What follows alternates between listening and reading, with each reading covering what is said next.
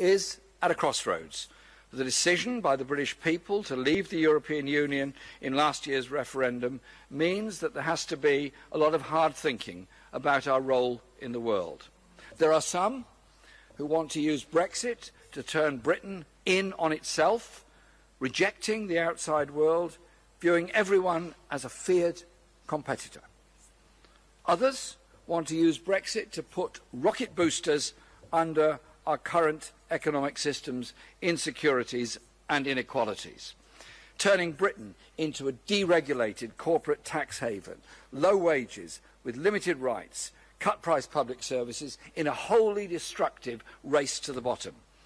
My party stands for a completely different future when we leave the EU, drawing on the best of the internationalist traditions of the labour movement and of our country.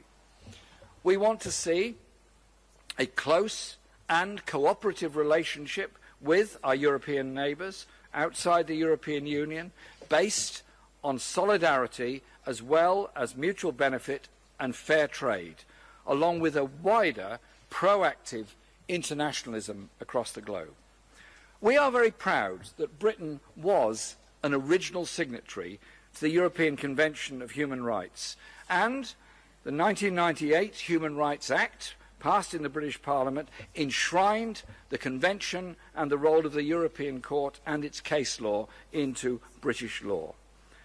So Labour will continue to work with other European parties and progressive parties and movements through the Council of Europe to ensure our country and others uphold our international obligations.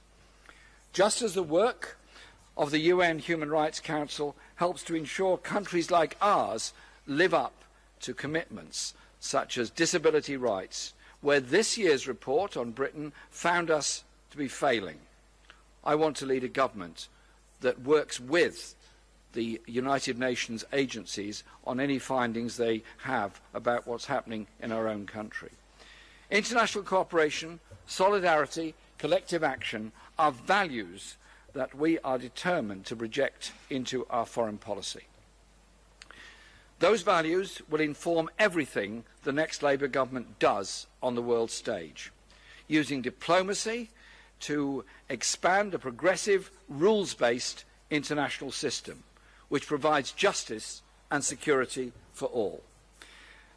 They must be genuinely universal and apply to the strong as much as to the weak if they're to command global support and confidence.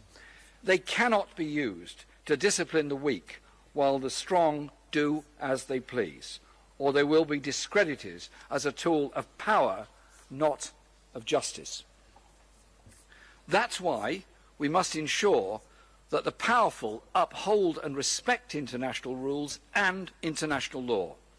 If we don't, the ideals of the Universal Declaration of Human Rights of 1948 will remain an aspiration rather than a reality, and international rules will be seen as a pick and mix menu for the global powers to call the international shot.